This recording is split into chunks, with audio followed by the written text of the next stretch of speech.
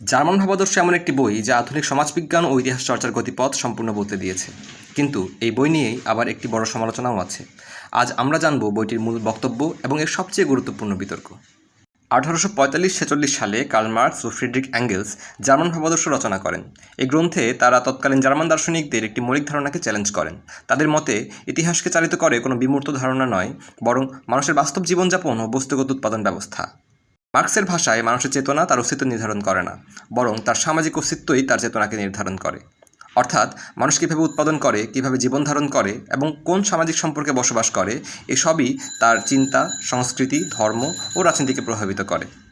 এই কারণেই মার্কস বলেন, প্রত্যেক যুগে শাসক শ্রেণীর চিন্তাগুলোই সমাজের প্রধান বা শাসনকারী চিন্তাধারায় পরিণত হয়। কিন্তু এখানেই শুরু হয় বিতর্ক। অনেক সমালোচক মনে করেন জার্মান ভাবাদর্শ অর্থনৈতিক কাঠামোকে এত বেশি গুরুত্ব দেয় যে মানবিক সৃজনশীলতা ও ব্যক্তিগত উদ্যোগের গুরুত্ব কমে যায়। তাদের প্রশ্ন হলো, যদি মানুষের চিন্তাই সামাজিক অবস্থার ফল হয়, তাহলে ব্যক্তি কীভাবে নতুন ধারণা সৃষ্টি করবে বা ইতিহাস বদলাবে? এই সমালোচনার জবাবে মার্কসপন্থীরা বলেন, মার্কস কখনোই মানুষকে পুতুল মনে করেননি, বরং তিনি দেখাতে চেয়েছেন যে মানুষ ইতিহাস তৈরি করে, তবে সে তা নিজের পছন্দমতো পরিস্থিতিতে নয়, বরং বিদ্যমান সামাজিক ও অর্থনৈতিক সীমাবদ্ধতার মধ্যেই করে। তাই জার্মান ভাবাদর্শ নিয়ে মূল বিতর্কটি আসলে অর্থনীতি বনাম ধারণার নয়, বরং কাঠামো ও মানবিক উদ্যোগের সম্পর্ক নিয়ে। ইতিহাস কি মানুষ তৈরি করে নাকি সামাজিক কাঠামো? মার্কসের উত্তর, দুটোই গুরুত্বপূর্ণ। তবে কাঠামোর সীমার মধ্যেই মানুষের কর্মকাণ্ড অর্থবহ হয়ে ওঠে।